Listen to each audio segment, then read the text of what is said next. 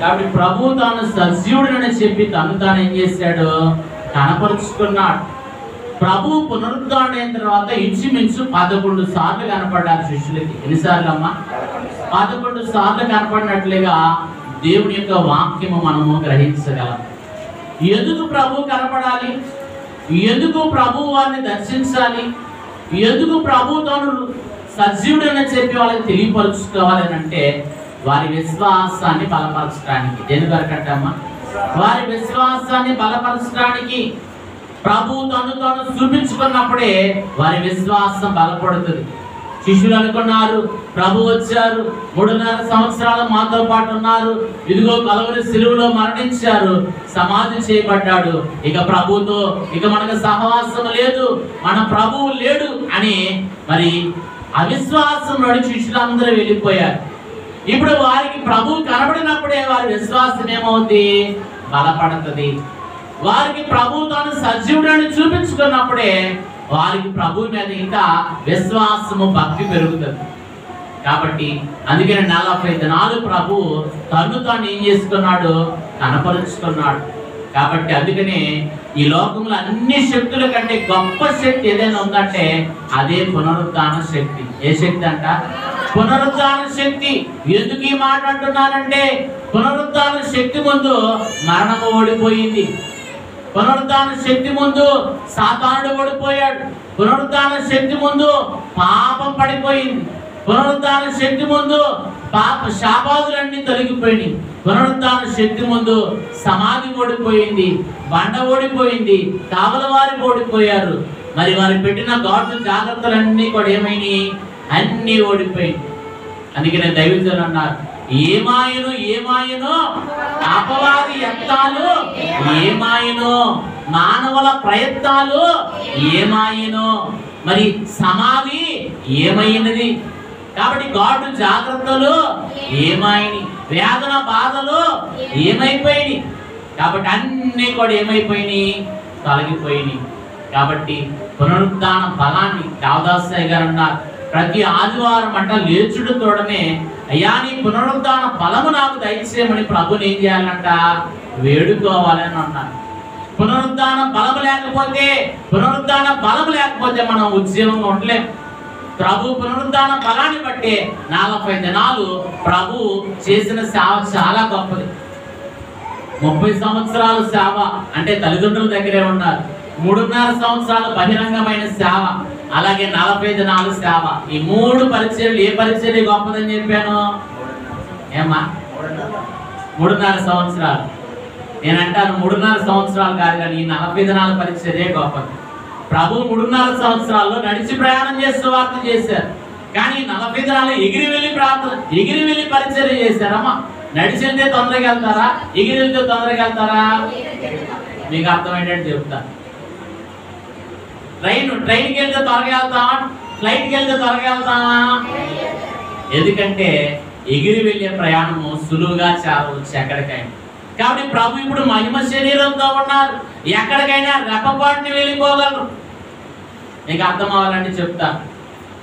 యోహాను సువార్త 20వ అధ్యాయం 18వ వచనంలో మనం చూస్తే, ఆదివారమున సాయంకాలమున శిష్యులు యూదులకు భయపడి వారు కూడి ఉన్న గదిలో కూడుకొని ఉండగా ఇంటి తలుపులు మూసుకొని ఉండగానే యేసు వచ్చి మధ్యలో నిలిచి వారికి సమాధానం కలుగును గాక వారిని. అమ్మ తలుపులు వేసేది మీరు రాగలరా? మాట్లాడాలి. ప్రభు ఇప్పుడు ఏ దేహంతో ఉన్నారు? మహిమ దేహంతో ఉన్నాడు కనుక ఎక్కడికైనా ఆయన వెళ్ళగలరు. రెప్పపాటున వెళ్ళి ఏం చేయగలడు? పని చక్క పెట్టగలడు. కాబట్టి చూడండి, మరి ఇప్పుడు పని తొందరగా జరిగిందా? 3.5 సంవత్సరాల పని తొందరగా జరిగిందా? ఇక అర్థం అవ్వాలని చెప్తున్నా. అని 40 దినాల పరిచర్య గొప్పది. ప్రభు శిష్యుల యొక్క విశ్వాసాన్ని బలపరిచారు కాబట్టి వారు భూమిని తలక్రిందులు చేసే శిష్యులుగా మార్చబడగలిగారు. ఏమో అవునా కాదా? శిష్యుల విశ్వాసం కూడా గమనించండి. అంతకుముందు ఉన్న విశ్వాసం గొప్పదా? ఇప్పుడు గొప్పదా? మాట్లాడలేదు. ఇప్పుడున్న విశ్వాసం గొప్పది. నా ప్రభు చనిపోయాడు అనుకున్నాం, ఇదిగో ఇక పంటి చేపలు పడదామని చెప్పి పేతురు మిగతా వాళ్ళని కూడా తీసుకొని వెళ్ళాడు. పెద్దవాడు వెళ్తున్నాడంటే మిగతా వాళ్ళు ఊరుకుంటారా? యోహాను సువార్త 21వ అధ్యాయంలో పేతురు అంటాడు, ఇదిగో నేను చేపల పట్టబో వెళుతున్నాను అనగానే నేడు వస్తా అని చెప్పి 7 వెళ్ళిపోయారు. కాబట్టి ప్రియమైన దేవుని పిల్లలారా, మరి ప్రభు వారి విశ్వాసాన్ని బలపరిచాడు. రాత్రంతా ప్రయాసపడ్డారు, ఒక్క చేప కూడా పడలేదంట. ఏమ్మా, నేను అడుగుతున్నా, చేపలు పట్టే వాళ్ళకి తెలియదా? ఎప్పుడు చేపలు పడతాయో తెలియదా? ఏ సమయాన్ని పడతాయో తెలియదా? ఎక్కడ వల వేస్తే పడతాయో తెలియదా? వారికి అన్నీ తెలుసు. చిన్నప్పటి నుంచి వారు చేసే పని ఏంటి? కానీ ఏమీ పడలేదంట రాత్రంతా. కానీ తెల్లవారుతుండగా, సూర్యోదయం కూర్చుండగా ప్రభు వారిని ఎదుర్కొన్నాడు. కుడివైపున వల వేయగానే 153 విస్తారమైన చేపలు పడ్డాయి. అప్పుడు వారు ఎవ్వరికి ఇక చెప్పక్కర్లా, అమ్మో ఈయన ప్రభు సుమి అని అందరూ గుర్తెరిగారు. చూడండి, ప్రభు వారి జీవితంలో గొప్ప అద్భుతం చేశాడు. కాబట్టి ప్రియమైన వాళ్ళారా, పునరుద్ధాన భాగ్యం అనేకమైనవి ఉన్నాయి. గత వారం కొన్ని చెప్పుకున్నాం. ఒకటి, పునరుద్ధాన భాగ్యం ఏంటి? విరచుట.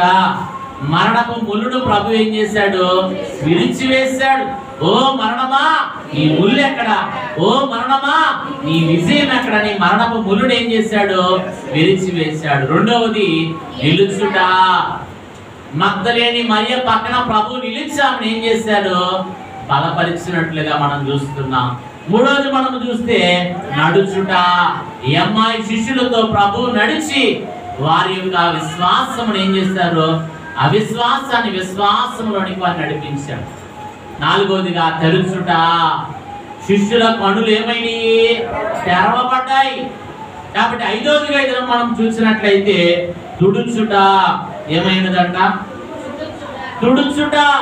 యోహాను సువార్త 20వ అధ్యాయము 17వ వచనంలో మనం చూసినట్లయితే మగ్దలేని మరియ ఏడ్చుచూ ఉంది. అమ్మా, ఎందుకు ఏడ్చుచున్నావు? ఎవరిని మీరు వెతుకుతున్నారు అని ఆమెను అడుగగా, చాలండి, ఇక్కడ ప్రభు ఆమెను అడుగుతున్నాడు, అమ్మా ఎందుకు ఏడ్చుచున్నావు? ఆమె ఏడుపు కారణం ఏంటో ప్రభువుకు తెలియదా? తెలుసు. కనుకనే పునరుద్ధారుడైన ప్రభు శిష్యుల కంటే ముందుగానే మగ్దలేని మరియకు ప్రభు ప్రత్యక్షమయ్యారు. కారణమే, శిష్యుల కంటే ఎక్కువగా ఆయన ప్రేమిస్తూ ఉంది కాబట్టి సమాధిని విడిచిపెట్టగా ఉదయాన్నే ప్రభుని ఎదగడానికి వచ్చింది. సుగంధ ద్రవ్యులు పూయడానికి వచ్చింది. స్త్రీలను పురుకొల్పించి వాళ్ళందరినీ కూడా ప్రభు దగ్గరికి ఏం చేసింది? తీసుకువచ్చింది. కాబట్టి ఈమె ప్రేమ గొప్పది. ఏడ్చుచూ ఉంది, నా ప్రభు కనపడలేదని. అమ్మ, నేను అడుగుతున్నా ప్రశ్న, మీరు ఎప్పుడన్నా ఏడ్చారా? దేవుడు కనపడలేదు నాకు ఈరోజు, దేవుడు నేను చేసిన ప్రార్థనకి జవాబు ఇవ్వడానికి నాకు కనపడలేదని ఎప్పుడన్నా ఏడ్చారా?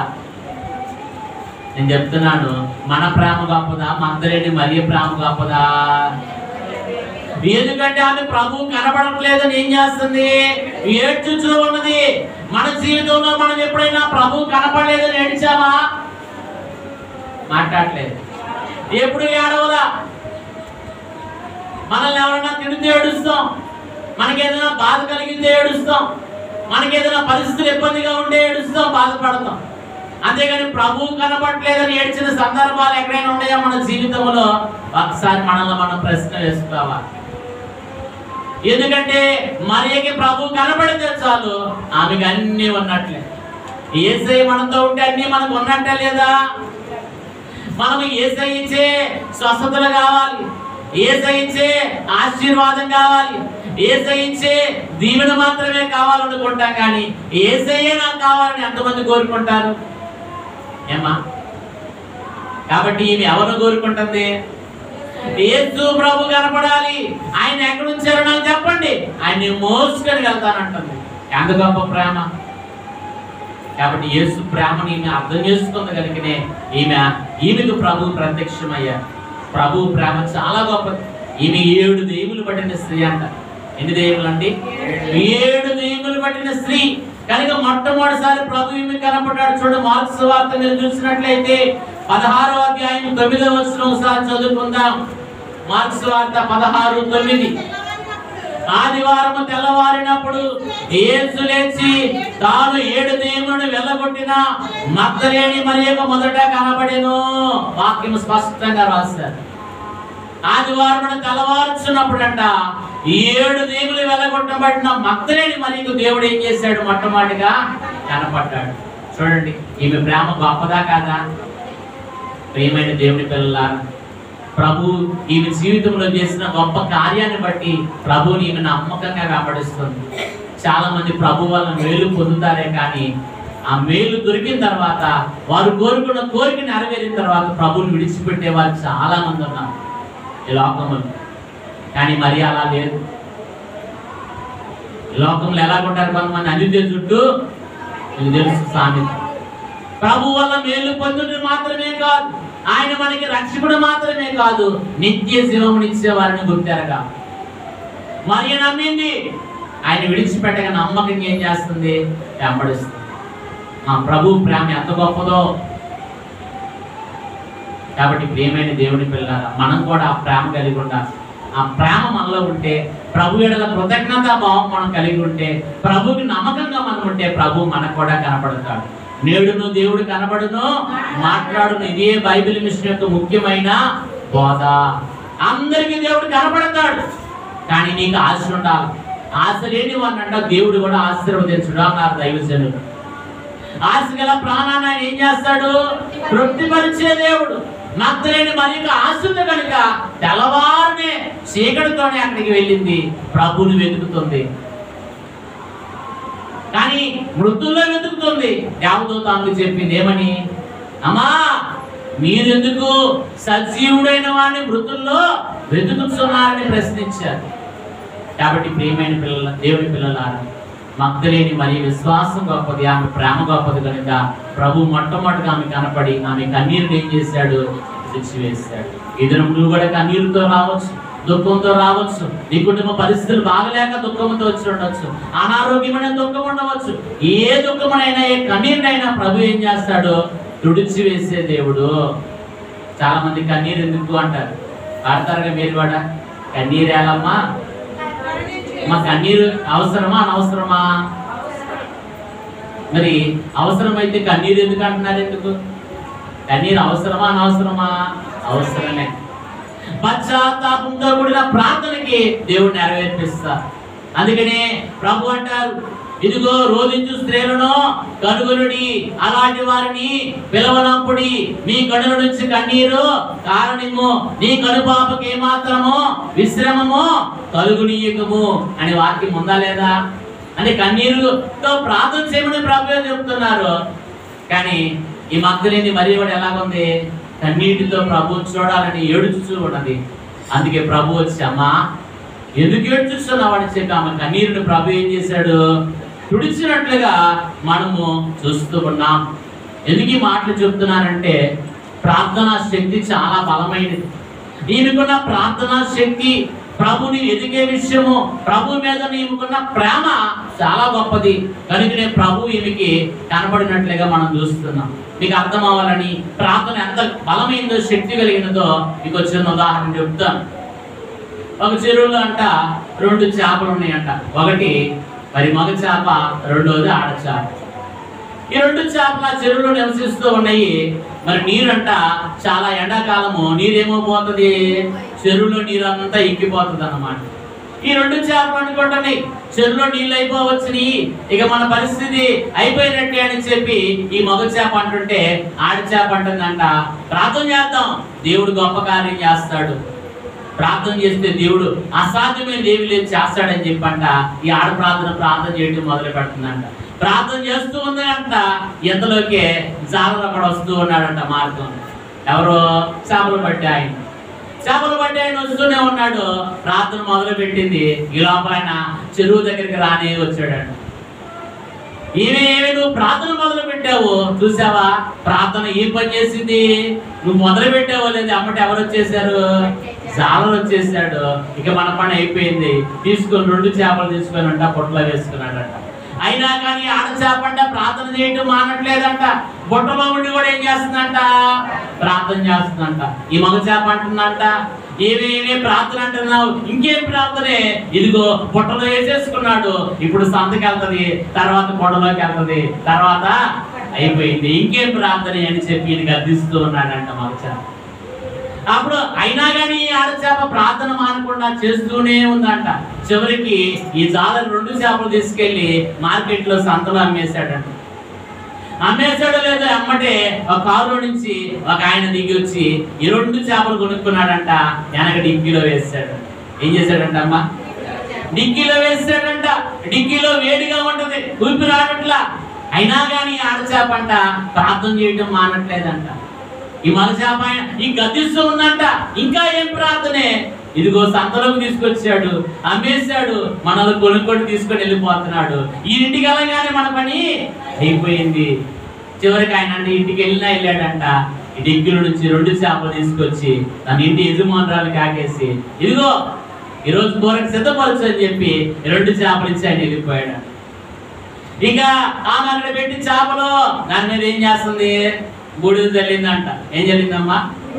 ఏం చేస్తారు మీరు కూడా చేపలు చేసినప్పుడు? అవి జారిపోతాయి అన్నమాట. కాబట్టి బూడిద చల్లడం కూడా అంట ఈ ఆడచేప ప్రార్థన మానట్లేదంట. ఇదిగో బూడిద పోసుకుని ప్రార్థన చేస్తే బైబిల్ గ్రంథంలో ఎంతో మంది మొర దేవుడు విన్నాడు, నా మొర కూడా వింటాడు అని అంటే ఈ మగ చేప ఇంకెక్కడ ప్రార్థనే? ఊరుకు అయిపోయింది మన పని, కత్తిపేట దగ్గరకు వచ్చేసాం, ఇంకెక్కడే అని చెప్పి ఈ మగ చేప అంటూ ఉన్నాడు. చివరికి ఎట్టకేళ్ళకి ఈ లోపల కరెంటు పోయిందంట. అందులో కరెంట్ వచ్చిందంట. లోపల టీవీ మోగుతా ఉందంట. ఇంకిష్టమైన సీరియల్ వస్తుందంట ఇంటానికి. ఇంకేం చేసింది? మా ఇంటి ఆయన బయటికి కూడా వెళ్ళాడు, వచ్చేసరికి టైం పట్టింది, ఈ ఒక్క సీన్ చూసొచ్చి ఆ తర్వాత చూద్దామని చెప్పి గబగబా పరిగెత్తుకొని ఇంట్లోకి వెళ్ళిందంట. ఈ లోపల మంచి వర్షం పడటం ప్రారంభమైందంట. ఈ వర్షానికి ఆ నీటిలో పడి కొట్టుకొని పోయి కాలంలోకి వెళ్ళిపోయి, కాలంలో నుంచి చిన్నగా వెళ్ళిపోయి నదిలో పడిపోయి. చూడండి, ప్రార్థన నెరవేర్పించిందా ఇవ్వలేదా? ప్రియమైన దేవుడి పిల్లలారా, దేవుడు ఎంతైనా నమ్మదగిన దేవుడు. దానియేలు సింహాల బోన్లో ఉంటేనే దేవుడు రక్షించలేదా? షడ్రకు, మెషకు, అబేద్నెగోలు అగ్ని గుండంలో పడవేసిన దేవుడు అక్కడి నుంచి వారిని రక్షించలేదా? మన ప్రభువు కూడా రక్షించే దేవుడు అయి ఉంటూ ఉన్నాడు. కనుక ప్రార్థన ఈమెని బ్రతికించిందా? బ్రతికించలేదు ఈ చేపని. కాబట్టి మన జీవితంలో కూడా నువ్వు ప్రార్థన చేస్తుంటే నీ ఇంట్లో వారే అవిశ్వాసంగా మాట్లాడొచ్చు, నీ తోటి వారే నిన్ను అవిశ్వాసంగా మాట్లాడొచ్చు, కించపరచొచ్చు. ఏ ప్రార్థనలే, నీకు ఇన్ని కష్టాలు ఉన్నాయి, నువ్వు ప్రార్థన చేస్తే మాత్రం నీ కష్టాలు పోతాయా అని నిన్ను హేళన చేయొచ్చు, నిందించవచ్చు, అవమానపరచవచ్చు. ప్రార్థనకి దేవుడు నెరవేర్పిస్తాడు. ప్రార్థనకి ఎప్పుడు కూడా దేవుడు ఏం చేయడు? అలక్ష్యం చేయడు. విరిగి నలిగిన మనస్సు దేవుడికి ఇష్టమైన బలి. కన్నీటితో నువ్వు ప్రార్థన చేస్తే ఖచ్చితంగా దేవుడు ఏమిస్తాడు? జవాబిస్తాడు. అందుకని తల్లిగారు పాడుకునేవారు, కన్నీటికి జవాబు ఉంది, నీలో వేదన తీరిపోవును. కన్నీటికి జవాబు ఉంది, నీలో వేదన తీరిపోవును. యేసయ్యా విన్నాడమ్మా నీదు కన్నీటి ప్రార్థన. కాబట్టి కన్నీటికి ఏముంది? జవాబు ఉంది. ఇర్మియా భక్తుడంట కన్నీరు విడిచడం మానలేదండి ఇశ్రాయేలు గురించి. దేవుడు ఇశ్రాయేలుని కాపాడాడా? కాపాడలేదా? కాపాడాడు. కాబట్టి కన్నీటి ప్రార్థన ప్రతిఫలాన్ని ఇస్తుందా ఇవ్వదా? ఖచ్చితంగా ఇస్తుంది. కాబట్టి మగ్దలేని కన్నీరుని ప్రభు మరే కన్నీరుని ఏం చేశాడు? తుడిచి వేశాడు. దేవుడు నీ కన్నీరు కూడా తుడిచే దేవుడే, కానీ నిన్ను బాధ పెట్టే దేవుడు కాదు, నిన్ను దుఃఖ పెట్టే దేవుడు కాదు, నిన్ను విడిచిపెట్టే దేవుడు కాడు అని నువ్వు గ్రహించాలి. అందుకని దేవుడు వాగ్దానం చేశాడు, ఇదిగో ఇశ్రాయేలు కాపాడువాడు కొనగడు, నిద్రపోడు. చూడు మన అరచేతిలో నిన్ను చెప్పుకొని అన్నాను. నిన్ను ముట్టినవాడు నా కనుగుడ్డును ముట్టిన వాడితో సమానం ఉన్నారు. మా కనుగుడ్డు ఎవరన్నా తాకనిస్తారా మీ పక్కన వాళ్ళైనా? కాబట్టి ప్రభు మనల్ని ముడితే ఆయన కనుగుడ్డు ముట్టిన వాడితో సమానం. కాబట్టి మన ప్రభు ఎల్లప్పుడూ మనల్ని ఏం చేసేవాడు? కాపాడేవాడు. నీ కష్టమును చూసి దాక్కునే దేవుడు కాదు, నేను రక్షించడానికి ముందుకు వచ్చే దేవుడు. చూడండి, బైబిల్ గ్రంథంలో ఎంతో మంది భక్తులు కన్నీరుని దేవుడు తుడిచాడా? తొడవలేదా? తుడిచాడు. కాబట్టి మన కన్నీరుని కూడా దేవుడు ఏం చేస్తాడు? తుడుస్తాడు. ఇక్కడ మగ్దలేని మరియ కన్నీరుని తుడిచాడా? తొడవలేదా? తుడిచాడు. కాబట్టి మనం కూడా ధైర్యంగా ఉండాలి, అవిశ్వాసంలోకి వెళ్ళకూడదు. దేవుడు కార్యం చేయడానికి క్షణం చాలు. అమ్మా ఎంత సమయం పడుతుంది? మా గెలుపుకి ఓటానికి మధ్య ఎంత దూరం ఉంటుంది? ఎంత సమయం ఉంటుంది చెప్పండి? రన్నింగ్ రేస్ పోటీలు జరుగుతున్నాయి అనుకోండి, ఇద్దరు బాగా స్పీడ్గా వస్తున్నారు, బహుశా ఈయన అనుకుంటాం. చివరికి వచ్చేసరికి రెప్ప పాటులో విజయం ఒకరికి వచ్చేస్తుంది. ఎంత సమయం పడుతుందో తెలియడానికి అంతే. అలాగే ప్రభువు కూడా మన పక్షాన కార్యం చేయడానికి రెప్ప పాటును చేయగలరు. ఆయనకు అసాధ్యమైంది ఏది కూడా లేదు. కాబట్టి మన కన్నీరు చూసి దేవుడు దాక్కునే దేవుడు కాదు, కానీ మన కన్నీరును తుడిచే దేవుడు అని మనం గ్రహించాలి. ఆ రోజుగా మనం చూసినట్లయితే ప్రియమైన దేవుని పిల్లారా, చేర్చుట యోహాను సువర్తమానము 21వ అధ్యాయము 9వ వచనాన్ని చదువుకుందాం. యోహాను సువర్తమానం 21:9. వారు దిగి దరికి రాగానే అక్కడ నిప్పులను, వాటి మీద ఉంచబడిన చేపలను యేసు మీరిప్పుడు పట్టిన చేపల్లో కొన్నిటిని తీసుకుని రండి వారితో చెప్పగా, సీమోను పేతురు దోణి ఎక్కి 153 చేపలు, విస్తారమైన చేపలు. చూడండి, ప్రభువు అవిశ్వాసంలో ఉన్న శిష్యులు చేర్చుకున్నాడా, తోసేసాడా? ఏమ్మా, మనం కూడా మన పిల్లలు ఒక్కోసారి మాట వెళ్ళలేదు తోసేస్తామా? ఆ కోపంలోకి మాట్లాడినంత మాత్రం తోసేసుకుంటారా? ఏం చేస్తాం? మరలా దరికి చేర్చుకుని వారిని చక్కపరుస్తాం. అలాగే శిష్యులు అవిశ్వాసంలో ఉన్నారు. ఇదిగో రాత్రంతా కూడా చేపలు పట్టడానికి వెళ్ళారు. అమ్మ, ప్రభు వెళ్ళి ఎందుకు పిలిచారు? పిలిచినప్పుడే ప్రభు ఒక మాట అన్నారు. ఏమన్నారు? ఇదిగో మీరు చేపలు పట్టే జాలర్లు. మత్తయి సువార్త 4వ అధ్యాయం మీరు చూస్తే ప్రభు అంటున్నారు, మీరు మనుషులు పట్టే జాలర్లు, కానీ నేను ఏం చేస్తాను? చేపలు పట్టే జాలర్లు. మిమ్మల్ని మనుషులు పట్టే వారినిగా దేవుడు ఏం చేస్తా అన్నాడు? మారుస్తా అన్నాడు. కానీ మీరు పిలిచిన ఉద్దేశం ఏంటి? ఏమ్మా, ఎందుకు పిలిచారు వీరిని? మరి చూడండి, మత్తయి సువార్త 4:19. ఆయన నా వెంబడి రండి, నేను మిమ్మల్ని మనుషుల పట్టు జాలర్లుగా చేతులని వారితో చెప్పాను. వెంటనే వారు తమ వలలు విడిచిపెట్టి ఆయనను వెంబడించరి. చేపలు పట్టే వీరిని దేవుడు ఏం చేస్తానన్నట్టు ఇచ్చాడు? మనుషులు పట్టే జాలర్లుగా చేస్తాను రండి అంటే వీళ్ళు ఏం చేశారు? వెంబడించారు. ఇప్పుడు ప్రభు చనిపోయాడని తెలియగానే వీళ్ళు ఏం చేస్తున్నారు? మరలా చూడండి, యోహాను సువర్తమానము 21వ అధ్యాయాన్ని మీరు చూస్తే ఇక్కడ పేతురు అంటూ ఉన్నాడు. చూడండి, యోహాను సువర్తమానం 21. చూడండి, 2-3 వచనాలు చదువుకుందాం. సీమోను పేతురును, దిదుమానబడిన తోమాయు, గలిలయలోని కానాను ఊరివాడకు నతనయేలును, జెబెదయి కుమారుడును, ఆయన శిష్యుల్లో మరిద్దరును కూడి ఉండిరి. సీమోను పేతురు, నేను చేపల పట్టబోదునని వారితో అనగా, వారు మేము నీతో కూడా వచ్చిందమని వారు వెళ్ళి దోణి ఎక్కిరి, కానీ ఆ రాత్రి ఏమియో. ఎంతమంది వెళ్ళారమ్మ? ఎంతమంది వెళ్ళారు? మాట్లాడలేదు. 2, 3, 4, 5? ఎంతమంది? 7 వెళ్ళారు. వాక్యంలోనే ఉంది కదా. ఎందుకంత సందేహం? చూడండి, సీమోను పేతురు 1, 2 దిదుమానబడిన తోమా 2, గలిలయలోని అను ఊరివాడు నతనయేలు 3, జెబెదయి కుమారులు అంటే ఎవరు? యాకోబు, యోహాను 5, అలాగే కానా ఊరివాడకు నతనయేలు 6. అవునా? మరి 2. మొత్తం ఎంతమంది? 7 అన్నమాట. చూడండి, మొదటి మాట ఎవరు? పేతురు. రెండవది ఎవరు? తోమా. మూడవది ఎవరు? నతనయేలు. 4వది ఎవరు? జెబెదయి కుమారులు 2. మరి వాళ్ళతో ఎంతమంది? 6, 5. ఆయన శిష్యుల్లో మరి 2. మొత్తం ఎంతమంది అయ్యారు? 7. చూడండి, దేవుడు ఏ ఉద్దేశంతో వీరిని పిలిచారు? మరలా వీరు ఏమైపోతున్నారు?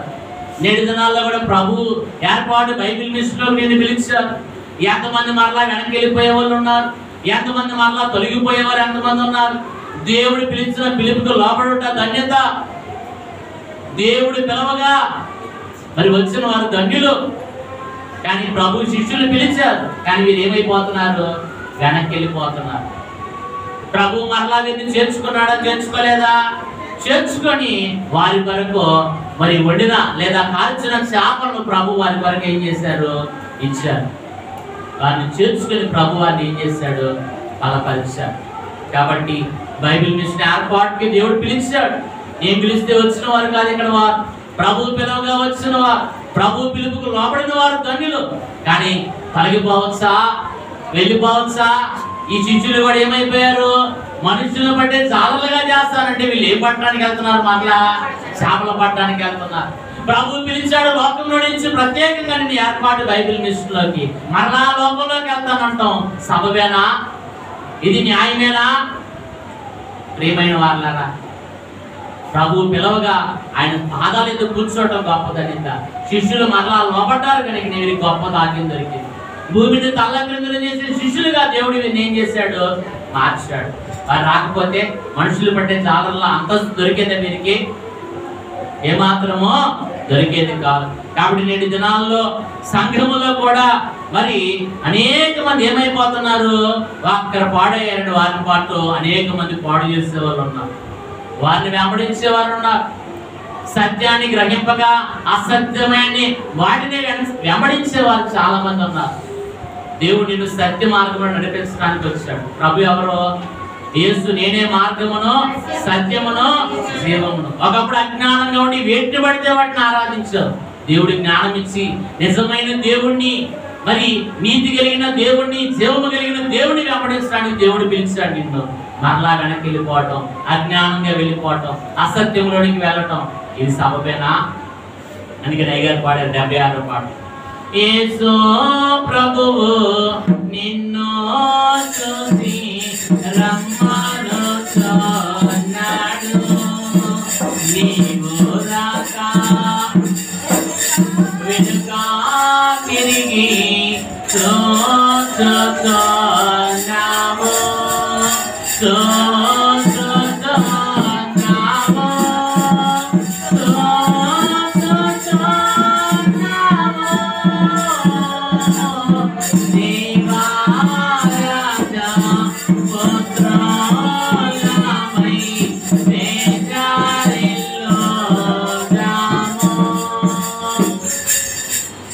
దేవుడి పుత్రులుగా ఉంటే మనం తేజరిల్లుతాం, సజ్జన పుత్రులుగా ఉంటే మనము తేజరిల్లే స్థితి దొరుకుతుంది. దుర్జన పుత్రులుగా ఉంటే అంతస్తు.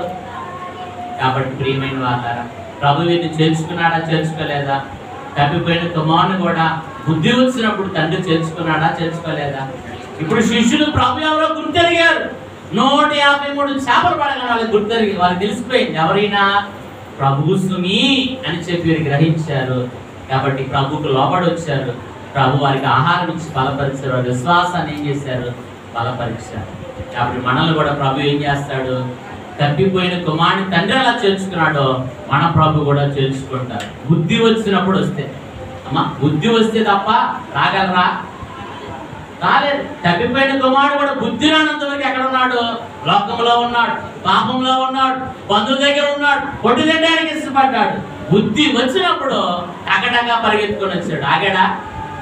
పరుగుని ఎక్కడికి వచ్చాడు, తండ్రి దగ్గరికి వచ్చాడు. తండ్రి కూడా అంత దూరం నుంచి చూసే కుమారుడు ఏం చేశాడు, ఎదుర్కొని మెడ మీద పడి ముద్దు పెట్టుకున్నాడు. కుమారుడికి ప్రశస్తమైన వస్త్రాలు ధరింపజేశాడు. అధికారానికి సాదృశ్యమైన ఉంగరాన్ని తొడిగారు. చేతులకి మరి కాళ్ళకు సమాధాన జోడును తొడిగించి గొప్ప విందు చేయించారు. చూడండి, అక్కడ విందు చేయించాడు, ఇక్కడ ప్రభు కూడా విందు చేయిస్తున్నాడు ఇలా శిష్యులకి.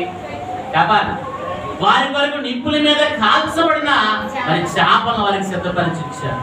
కాబట్టి తప్పిపోయిన కుమారుని ఎలా చేర్చుకున్నాడు, మన ప్రభు మనల్ని కూడా ఏం చేస్తాడు, చేర్చుకునేవారై ఉన్నారు. తప్పిపోయిన కుమారుడు తండ్రిని విడచి తరలిపోయి, తప్పిపోయిన కుమారుడు తండ్రిని విడచి తరలిపోయి, తప్పు తెలిసి తిరిగి రాగా, తప్పు తెలిసి తిరిగి రాగా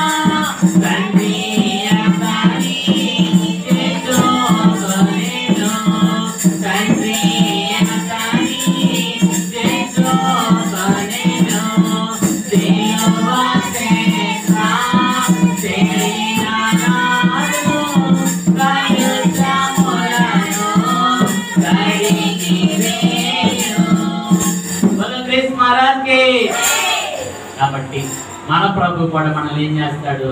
చేర్చుకునే దేవుడు, త్రోసివేసే దేవుడు. కాబట్టి నా యుద్ధకు వచ్చేవాడిని ఎంత మాత్రమునో త్రోసివేడిని ప్రభు వాగ్దానం చేస్తాడు. కాబట్టి 7వదిగా మనం చూస్తే చివరిగా ఇచ్చుట. యోహాను సువార్త 20వ అధ్యాయము 22వ వచనాన్ని చదువుకుందాం. యోహాను సువార్త మనం 20:22. ఆయన ఈ మాట చెప్పి వారి మీద ఊది పరిశుద్ధాత్మను పొందుడి. మీరు ఎవరి పాపములు క్షమించురో అట్టి వాటిని నేను క్షమిస్తాను. చూడండి, ఇక్కడ ఏమి ఇచ్చారంటే పరిశుద్ధాత్మను ఇచ్చాడు. ఏమి ఇచ్చాడంటే అమ్మా? ఊదుడి అని పరిశుద్ధాత్మను ఇచ్చాడు. దాదాస్తగా చెప్తూ ఇక్కడే పరిశుద్ధాత్మను ఇస్తే మేడగదిలో మళ్ళా పరిశుద్ధాత్మని పొందుకోవటం ఎందుకు అని ప్రశ్నించారు. ఏమా అర్థమవుతుందా నా ప్రశ్న? ఇక్కడే పరిశుద్ధాత్మను దేవుడిస్తే మరలా మేడగదిలో 10 దినాలు ఎందుకు కనిపెట్టుకున్నారు వీరు? అప్పుడు అయ్యగారు వివరణ చెప్తూ ఇక్కడ వీరి ఆత్మీయ జీవితం కొరకైనా పరిశుద్ధాత్మ అంటే వీరు అవిశ్వాసంలో ఉన్న వీరిని బలపరచడం వరకు దేవుడు ఇక్కడ ఊది పరిశుద్ధాత్మను ఇచ్చాడు. అక్కడేమో ఆదరణకర్త ప్రభు వెళ్ళిపోయిన తర్వాత వచ్చే ఆదరణకర్త పరిశుద్ధాత్మ వారు పొందుతున్నారు. కాబట్టి ప్రియమైన వాళ్ళారా, దేవుడు వీరికి ఇచ్చి వేస్తాడు. ఏమిచ్చాడు? ఆత్మనిచ్చాడు. ఆత్మ కలిగిన వారే నా వాడు, నా ఆత్మ లేనివాడు నా వాడు అని దేవుని వాక్యము సెలవిస్తుంది. కాబట్టి ప్రియమైన దేవుని పిల్లలు, అలాగున మనం కూడా ఆత్మను పొంది ప్రార్థనా శక్తి కలిగి సన్నిధి శక్తి కలిగి ప్రభు కొరకు బలమైన సాక్షులుగా మనం జీవించాలి. కాబట్టి 7 మాటలు గత వారం 4 చెప్పాయి, ఇప్పుడు 3. మొదటి మాట ఏంటి? నిలుచుట. 2వది నిలుచుట. 3వది నడుచుట. 4వది తెరుచుట. 5వది తుడుచుట.